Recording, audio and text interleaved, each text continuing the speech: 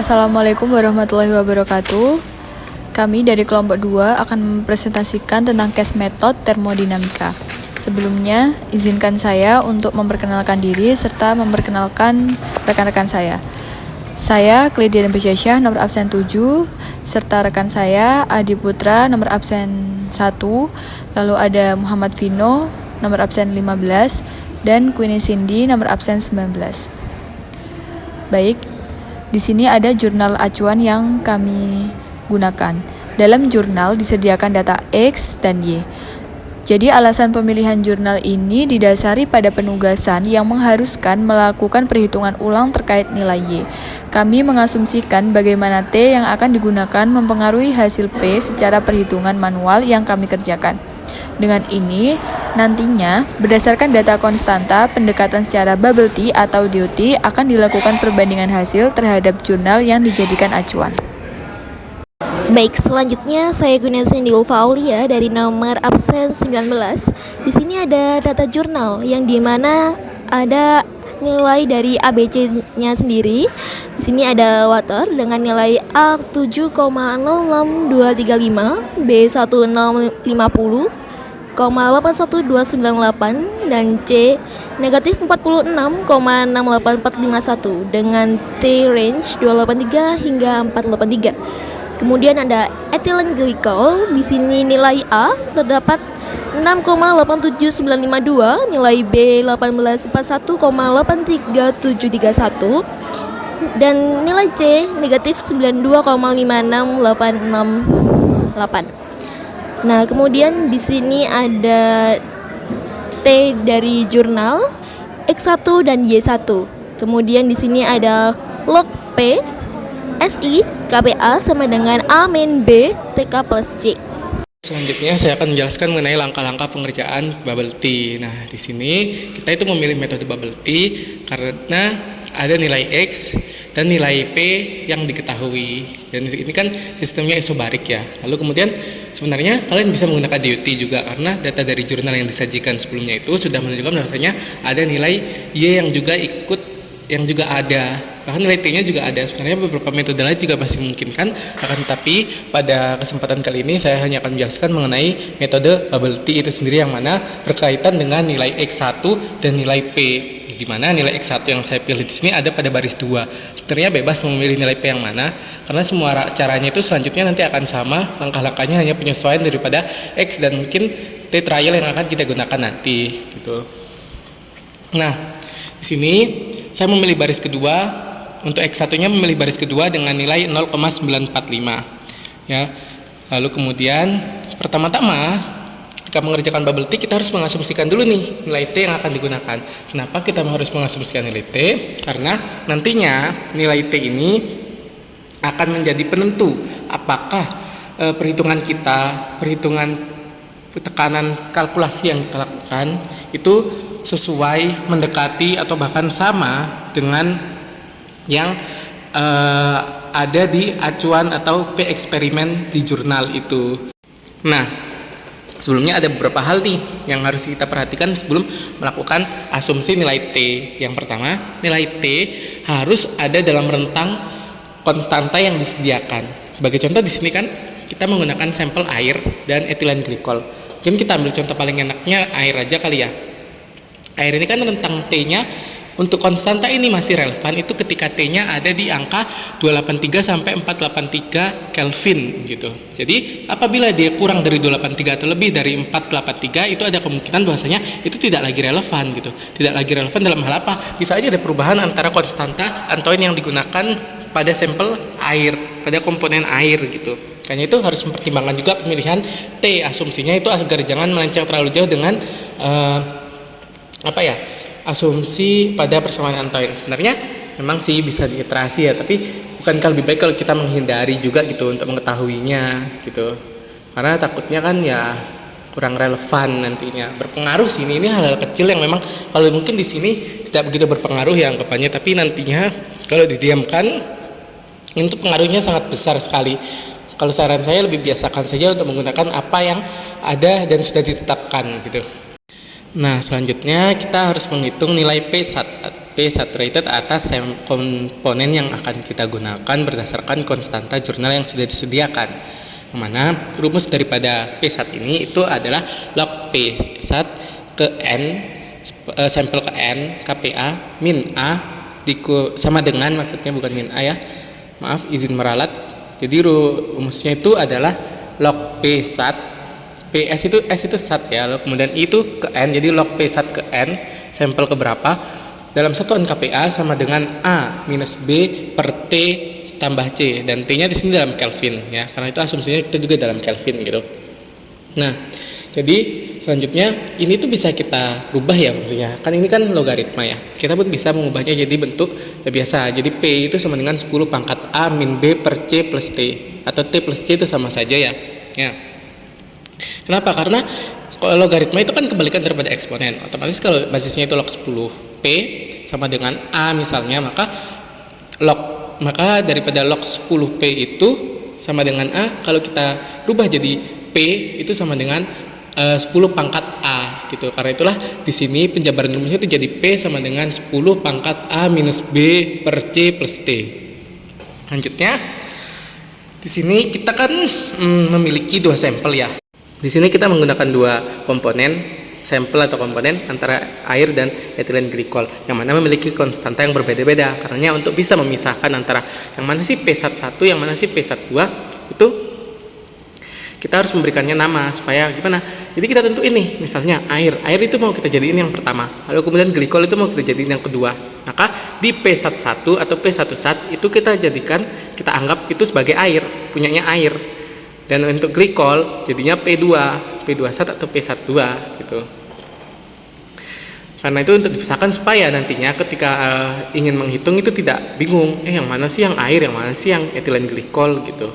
Selanjutnya kita pun bisa menghitung nilai X2, yang mana kan di X1 itu kita sudah tahu ya nilainya berapa, 0,945. Nah, kaitannya apa sih sama X2 ini? Jadi gini, dalam satu anuan itu X1 plus X2 itu anggapannya jumlahnya itu 100% atau 1 gitu ya. Jadi ketika kita menganuin X2 saja, kita ingin X2 saja, otomatis itu ada berubah komponennya. Jadi kayak kita ambil contoh aja wes untuk sampel yang kita mau ini, yang kita gunakan untuk data yang kita gunakan ya, maksudnya data yang kita gunakan kan 0,945. Untuk X1 itu kan kita punya air, yang berarti fraksi daripada si air ini tadi itu tidak 100% di dalam komponen campuran kita tadi, yang mana kalau di sini 0,945 berarti kalau kita jadiin persen itu cuma sekitar 94,5%. Nah, sisanya ini apa? Sisanya inilah yang punyanya glikol itu tadi. Makanya kita harus menghitung nih, berapa sih jumlah punyanya glikol itu dengan cara menggunakan rumus X2 sama dengan 1 min X1. Rumus ini juga bisa digunakan untuk menentukan Y2 ya, dengan cara yang sama. Asumsinya sama, analoginya sama gitu. Tapi PBT-nya kalau X itu fraksi uap ya, fraksi liquid, dan untuk Y itu sebenarnya sama ya, menggunakan X2 dan Y2 itu cara ngitungnya 1 dikurangi X1 atau Y1. Tapi kan beda ya, kalau X itu untuk fraksi liquid, lalu kemudian untuk Y itu untuk fraksi vapor gitu. Itu yang bedain ya. Jadi kita kurangi deh hasil daripada anuan. Nah, selanjutnya kita pun bisa menghitung nilai P-calc berdasarkan trial tadi. Nah, gimana caranya? Dengan cara sigma X1 dikalikan P1. Jadi total P1. Nah, misal kalau kita cuma pakai sistemnya air aja, ya udah, berarti X1 X punya air dan P1-nya punya air aja yang kita kali, maka itu akan jadi P-calc-nya. Tapi kalau kita menggunakan dua komponen yang berbeda, maka kita harus menjumlahkan nih jumlah daripada X1 kali P1 daripada kedua komponen itu tadi. Jadi X1 kali P1 berarti kita temuin P punyanya si air aja. Lalu X2 dikalikan P1 kita cuma nemuin tekanan atau P punyanya si uap aja gitu. Jadi kita jumlahin deh untuk dapat P-calc totalnya. Makanya kita bisa dapat P-calc dari keseluruhan sampel yang kita gunakan gitu. Dengan cara ini menjumlahkan ke semuanya. Karena kan sigma ini kan menambahkan jumlah keseluruhan toh. Jadi semua komponen, jadi komponennya tidak cuma satu. Kalau ada sigma ini berarti komponennya ada lebih daripada satu ya, biasanya umumnya itu. Karena kalau satu juga bisa, tapi kayak lebih umum digunakan di kalau dia lebih daripada satu gitu. Sehingga kita pun dapat deh nilainya. Nanti P calc-nya berapa dengan cara memasukkan nilai X dan P1 daripada masing-masing komponen, setiap komponen yang digunakan gitu. Selanjutnya kita bisa menghitung nih nilai selisih antara P calc dan P system. Gimana? Nah, selisihnya itu kita harus tahu nih. Kan sejak awal kan kita trial suhu itu gunanya untuk bisa mengetahui berapa sih output daripada P kalkulasi yang kita dapati itu supaya bisa mendekati dengan P eksperimennya itu. Nah, P eksperimennya kan kita tahu 101,3. Jadi T ini harus kita trial sedemikian rupa supaya nanti hasil P calc-nya itu bisa mendekati si P eksperimen tadi. Jadi acuannya kita harus mendekati si P eksperimen yang sudah dijadikan indikator ketercapaian yang di awal tadi gitu. Dengan cara apa? Selisihnya bisa kita kurangi dengan cara P system atau P eksperimen dikurangi P calculation yang baru saja kita hitung gitu. Mana? Nanti dapat deh selisihnya berapa. Semakin dekat dengan 0 maka semakin akurat perhitungan atau T trial T yang kita gunakan. Jadi contoh aja deh ya, kita langsung aja ke contoh ya. Contohnya aja, aku punya T 350, asumsi T ku itu 350 gitu. Lalu kemudian X1 itu 0,945. Kita bisa hitung nih dengan rumus tadi, masukkan konstantasi air, masukkan konstantasi etilen glikol.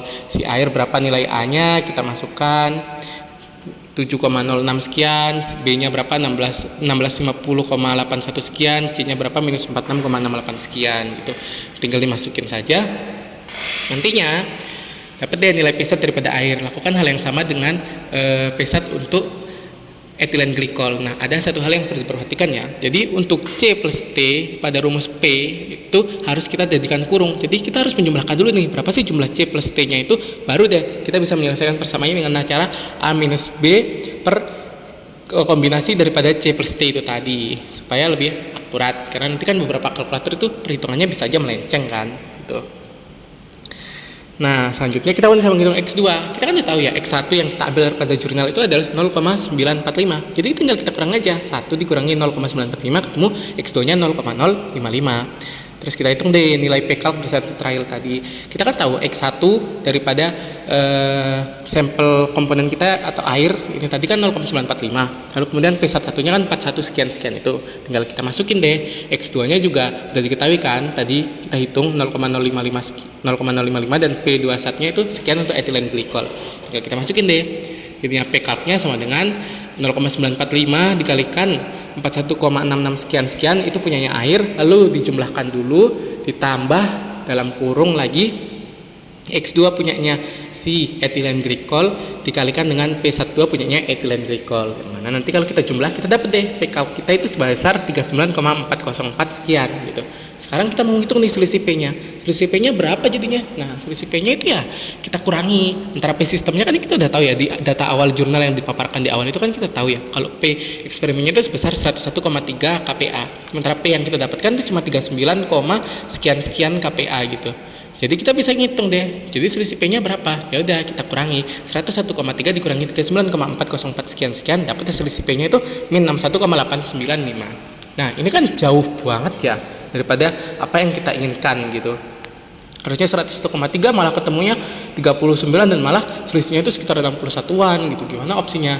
Nah, opsinya itu kita bisa melakukan iterasi. Ketika dengan apa? Ketika P calc dan P system itu mengalami perbedaan signifikan, dapat kita lakukan metode Goal-Seek untuk mencari nilai T yang sesuai dengan cara yang pertama kita buka opsi data sesuai yang ada di gambar kiri atas itu ya, ada data yang di highlight merah. Lalu kemudian kita pilih analisis bagaimana jika, atau kalau dalam bahasa Inggris itu biasanya what if analysis. Kita buka itu kan bakal di drop down ya, itu ada pencarian tujuan atau goal seek, itu yang kita tekan yang di kotak merah itu ya. Gambar kedua dari kiri, gambar pertama dari gambar kedua dari kiri jika kita melihat dari baris atas gitu. Lalu kita masukin deh, kita buka itu kan ada ya opsinya set cell, setel cell itu set cell ke nilai berapa dengan mengubah set berapa. Nah, untuk set cellnya ini kita pilih ke sel yang ada di selisih itu tadi. Kenapa? Karena kan selisihnya itu kan yang kita targetin supaya 0 kan, tapi ternyata gak 0 gitu. Jadi itu yang harus kita rubah nilainya. Ke nilainya kita mau berapa? Kita maunya nilai 0. Ya udah kita masukin nilai 0. Karena kan kita pinginnya tidak ada perbedaan antara P calculation dan P sistemnya atau eksperimennya gitu. Dengan mengubah apa? Dengan mengubah sel. Kenapa mengubah sel? Untuk selnya ini yang kita rubah itu sel yang T trial ya. Kenapa kita ngubah sel trial? Karena ya kita lihat aja dari tadi, untuk nentuin P1 kita perlu T, otomatis P1 nya itu ditentuin dengan T gitu. Untuk nentuin nilai P juga kita perlu pengaruh daripada T itu tadi, dan yang mana P1 itu kan udah kita ketahui gitu asumsinya. Maksudnya P1 itu kan kita udah hitung ya, ada persamaannya gitu. Makanya kita trial dengan menggunakan yang T, karena apa? Asumsinya kita kan menggunakan trial T gitu. Dan setelah kita melakukan trial itu, kita akan dapat nih berapa nilainya gitu. Sebelum itu kan kita oke ya, pastikan kalian oke dulu dong supaya dapat nilai daripada berapa habis trialnya. Nah, ini adalah hasil dari punya saya. Itu setelah saya goal seek dan sebelum saya goal seek dan sudah saya goal seek. Bisa lihat ya, T awalnya itu kan 350 kan, yang kita asumsiin pertama. Itu selisih P-nya itu min 61 sekian. Setelah kita goal seek, kita dapat nih T-nya yang diberikan oleh si goal seek itu tadi sekitar 374 sekian. Lalu kemudian dapat nih selisih P-nya cuma minus 0,008 sekian. Nah, ini masih bisa diterima Kak. Soalnya kan dia agak 0. Bisa. Kenapa? Karena saya baca-baca itu untuk what if analysis daripada goal seek ini ada beberapa batasan-batasan. Setidaknya dalam sistemnya kalau semisal dia itu sudah dianggap mendekati 0 atau dekat dengan 0, sangat dekat dengan 0,000 sekian itu bisa dianggap sebagai akurat, karena dianggapnya ya sistemnya udah tidak bisa menganuin lebih jauh lagi gitu, udah ada batasannya juga gitu untuk sistemnya gitu. Pastikan juga sel yang dipilih itu tidak merupakan sel yang berisikan persamaan ya. Intinya jangan diisi persamaan. Kenapa kita trialnya itu gak boleh kayak misal kita trial T sama dengan kita masukin ya di rumus Excel itu misal sama dengan 343 misalnya. Itu kan kayak sama dengan 343 dikalikan P dikalikan 40 atau ditambahin 40 gitu. Itu tidak bisa. Kita harus benar-benar paten. Trialnya itu mau angka berapa itu kita harus paten mau berapa. Jangan mengandalkan karena gimana kalau kita bersama ini kita dianggapnya udah punya datanya udah punya, jadi tinggal ya buat apa di goal seek gitu, datanya udah ada kok, paling tinggal bolak-balik aja rumusnya gitu, dapat deh goal seeknya. Jadi makanya itu dia tidak bisa menggunakan bagaimana yang katanya suatu set selnya itu tidak bisa menggunakan maksudnya mengubah selnya itu tidak bisa menggunakan yang ada rumusnya gitu di dalamnya. Jadi benar-benar hanya data paten, data raw dan kosong gitu. Selanjutnya kita bisa menghitung nih nilai Y-nya dengan hasil tadi sudah di goal seek itu tadi. Kenapa? Karena Y ini juga dipengaruhi oleh P1 itu tadi, yang mana P1 itu dipengaruhi oleh T gitu. Jadi kalau trialnya gak benar, otomatis nanti Y-nya juga udah pasti melenceng gitu. Dengan rumus Y-nya itu ya Y1 dikalikan YN dikalikan P sama dengan XN dikalikan P1N. Mungkin itu bisa dianggap N ya, intinya data ke N gitu. Sebenarnya kalau kita nyariin Y1, ini kan kalau kita rumusnya itu tinggal kita bolak-balik ya sebenarnya ya.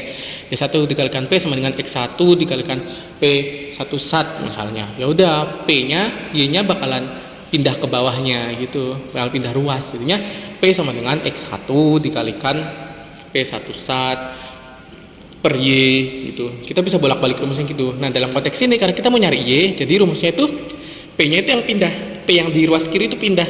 Jadi gimana? Ya Y1 sama dengan X1 dikalikan P1 per P gitu. Nah, itu dapat deh nilai Y-nya. Punyaku dapatnya sekitar 0,998 sekian. Kita bisa ngitung Y2-nya juga sih, tapi untuk saat ini ya bisa lah. Kita ulangi aja lah metode yang tadi gitu untuk nentuin Y2-nya. Rumusnya kan sudah sempat disinggung ya tadi, tinggal ngurangi aja 1 minus Y1 gitu. Selanjutnya bisa diulangi deh langkah-langkah yang telah dilakukan untuk titik-titik lainnya. Kan tadi banyak tuh ya datanya ya. Jadi langkahnya ya bisa dengan ulangi metode yang tadi aku jelasin gitu. Mana gitu Y1-nya sekian dapat ketemu dan sekian, kita ngitung mau titik misalnya titik baris ke X1 baris ke 5 baris ke 7 baris ke 9 ya tinggal masukin aja nilai Y-nya, trialnya mau berapa, mau disamain trialnya semua juga gak apa-apa asalkan ya bisa lah. Intinya trialnya itu jangan terlalu jauh-jauh juga ya kalau bisa ya, daripada data yang awal itu takutnya nanti itu ada pengaruh lain gitu ya, mana sistem kita kan nggak tahu ya sistem itu bekerja gimana. Jadi kalau bisa sih jangan terlalu jauh, mau sampai 350 semua juga ya silakan aja harusnya ya. Tapi mungkin ada beberapa perbedaan itu nanti kita juga kurang tahu gitu. Saran saya sih jangan terlalu jauh gitu. Misal kalau dia berangsur naik T-nya setelah anuan, misal data ke-1, ke-2, ke-3, ke-4 T-nya berangsur naik, coba deh trialnya juga naik supaya tidak jauh-jauh banget juga lah ya. Takutnya nanti dari sistemnya itu ada kesalahan pembacaan dan malah ada error gitu. Oh iya, sekalian untuk note aja ya. Ini kan rumus-rumusnya itu gampang ya. Lalu kemudian untuk yang di kalau kalian menggunakan Excel untuk P1-nya itu pastikan kalian tuh menggunakan rumus sama dengan dulu, masukkan sama dengan, lalu 10 kasih tanda pangkat ya, yang kayak segitiga tidak ada alasnya itu. Nah, kemudian dalam kurung dulu untuk A minus B per C plus T, C plus T-nya itu dikurung lagi sendiri, jadi ada kurung dalam kurung lagi untuk C plus T. Kemudian tutup kurungnya. Jangan lupa nanti biar bisa akurat. Kenapa gitu? Karena takutnya nanti dia itu jumlahinnya tidak sesuai gitu. Ada beberapa kasus di mana saya coba trial itu dia itu beda gitu antara P kalau dia tidak dikurung dan dikurung gitu. Jadi pastiin kurungannya itu benar ya. Oke, lanjut. Jadi ini halaman 6, bagian 6 ini adalah semua data yang sudah saya rubah. Yang saya trial terus saya goalseek gitu. Dapat deh nilai T-nya berapa. Caranya gimana ya, sama kayak tadi, cuman berubahnya mungkin di asumsi T-nya, mau disamain T-nya juga sama, nggak apa-apa. Dan lalu nilai X1-nya juga berubah, itu sama kok rumusnya kayak tadi. Dapat deh nilainya berapa, nilai T yang dibutuhkan supaya P calculation kita itu bisa sampai dengan P eksperimen, yakni 101,3 gitu. Semuanya mendekati ya, kan ada yang hampir. Ini mungkin ada yang kayak 101,3 tapi selisihnya kok beda gitu. Ini sebenarnya kalau 101,3 ini kayaknya pembulatan dari Excel-nya ya gitu. Jadi pas perhatiin aja kalau ada pembulatan atau enggak daripada Excel kalian itu tadi. Karena kalau ada pembulatan biasanya emang komanya lebih dipersingkat lagi, padahal ada banyak banget itu komanya di belakang. Jadi kayak bener-bener banyak gitu. Lanjut untuk pembahasan ini saya akan singgung aja, nanti akan dijelaskan oleh teman saya. Sistem itu dikatakan ideal apabila rumusnya itu mirip, di mana memiliki struktur kimia yang serupa, polaritasnya juga mirip, ukuran molekulnya mirip, interaksi antar molekulnya mirip, dan tidak ada perubahan entalpi ataupun volume dalam pelarutan gitu. Dan selanjutnya akan saya serahkan kepada teman saya untuk membahas. Baik, perkenalkan nama saya Muhammad Vino Wahyu Ramadan. Selanjutnya di pembahasan perbedaan parameter antara sistem etilen glikol atau EG dan air atau water pada tekanan 101,3 kPa tidak termasuk larutan ideal. Parameter pertama yakni rumus kimia pertama pada air yaitu H2O dan etilen glikol yakni C2H6O2. Kemudian yang kedua yaitu struktur molekulnya pada air itu HOH dan struktur molekul pada etilen glikol itu HO CH2 CH2OH. Kemudian parameter yang ketiga yaitu kepolaran. Pada air ini sangat polar atau ikatan hidrogennya itu 4. Sementara pada etilen glikol ini juga polar dengan 2 gugus min OH membentuk ikatan hidrogen.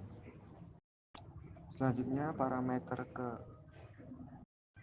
keempat yakni kondisi operasional umum. Pada air titik didihnya itu di 100 derajat Celcius, sementara titik bekunya itu 0 derajat Celcius dan memiliki tekanan uap yang tinggi. Sementara pada etilen glikol itu titik didihnya mencapai 197,3 derajat Celcius, sementara titik bekunya itu minus 12,9 derajat Celcius dengan tekanan uap yang rendah. Selanjutnya parameter ke-5 yakni arah perilaku larutannya.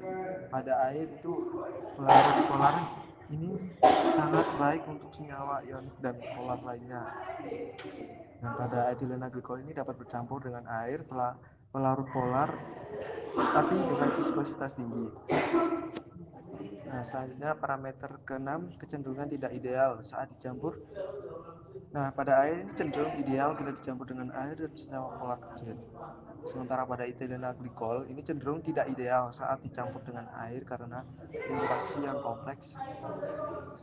Dan yang terakhir, parameter yang terakhir yakni kegunaan. Nah, pada air ini sebagai pelarut referensi ideal dalam banyak sistem kimia. Sementara pada etilen glikol ini digunakan dalam sistem pendinginan karena menurunkan titik beku campuran. Selanjutnya yakni pembahasan tentang kurva kesetimbangan uap cair sistem air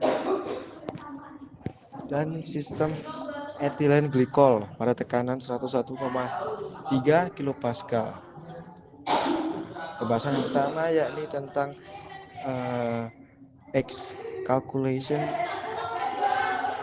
yang dibandingkan dengan X eksperimen. Nah, hasil dari grafik perhitungan manual tampak hampir berimpit dan sangat mendekati grafik yang ada pada jurnal ini. Nah, artinya hasil perhitungan ulang untuk fraksi X ini sesuai dengan data eksperimen dari jurnal. Kemudian dari perhitungan Y calculation dengan perbandingan Y eksperimen pada jurnal, ini terdapat sedikit selisih di beberapa titik, terutama di bagian kiri grafik. Namun secara umum pola kurvanya ini tetap sama dan tidak menyimpang drastis. Nah, dari kurva di samping terlihat bahwa grafik tidak bisa menyambung atau tertutup secara sempurna. Nah, ini dikarenakan nilai X1 di akhirannya ini tidak 0 sempurna, melainkan 0,09, dan juga nilai Y1-nya ini tidak 1, melainkan 0,99. Nah, jadinya grafiknya ini tidak dapat tertutup. Jadi di sini tuh terdapat fakta dari perhitungan. Jadi nilai Y1 selalu lebih besar dari X1. Mengapa? Hal ini menunjukkan bahwa komponen 1 lebih mudah menguap atau lebih volatil, sehingga lebih banyak terkandung di fase uap dibandingkan di cairan. Artinya distribusi komponen tidak seimbang dan ada kecenderungan volatilitas yang dominan. Pada poin kedua, tidak ditemukan titik X1 sama dengan Y1. Sepanjang data, fraksi mol komponen di cairan tidak pernah sama dengan di uap. Kondisi ini menandakan bahwa tidak terjadi pembentukan azeotrop karena tidak ada titik di mana komposisi kedua fasa sama. Pada poin ketiga, kurva XY menunjukkan pola yang cembung. Jika digambarkan, hubungan X dan Y ini membentuk kurva yang tidak lurus, kemungkinan cembung ke atas atau ke bawah. Hal ini merupakan indikasi adanya penyimpangan dari perilaku larutan ideal yang bisa berupa deviasi positif atau negatif terhadap hukum Rolle. Jadi berdasarkan data X1 atau fraksi mol komponen 1 di cairan dan Y1 yang diuap, terlihat bahwa tidak ada titik di mana X1 sama dengan Y1, sehingga grafik tidak menunjukkan titik potong. Hal ini mengindikasikan bahwa sistem tidak membentuk azeotrop dan tidak sepenuhnya mengikuti hukum Rolle. Ketidaksesuaian antara nilai X dan Y menunjukkan adanya penyimpangan dari perilaku larutan ideal. Komponen yang lebih volatil, lebih dominan di fase uap, ditunjukkan oleh nilai Y1 yang selalu lebih besar dari X1. Dengan demikian, sistem ini tergolong sebagai larutan non-ideal. Dan yang terakhir adalah kesimpulan. Dari perbandingan perhitungan dari jurnal dan perhitungan secara manual menunjukkan hasil yang sesuai meskipun terdapat sedikit selisih dan sedikit di beberapa titik. Tampilan grafik secara perhitungan manual mengikuti pola hukum Rolle. Secara teori, sistem ini tidak sepenuhnya ideal. Ini disebabkan oleh adanya interaksi ion dipol yang kuat antara MgCl2 dan air, yang membuat sistem menyimpang dari perilaku larutan ideal. Kurva bubble T dan DOT dalam grafik yang dihasilkan menunjukkan hubungan yang konsisten dengan sistem larutan non-ideal. Bubble T lebih rendah dari DOT, dengan selisih yang mencerminkan adanya interaksi antar molekul atau ion dipol dan perlunya pendekatan non-ideal dalam perhitungan. Grafik yang didapat secara umum valid dan mendekati data eksperimen. Cukup sekian presentasi dari case method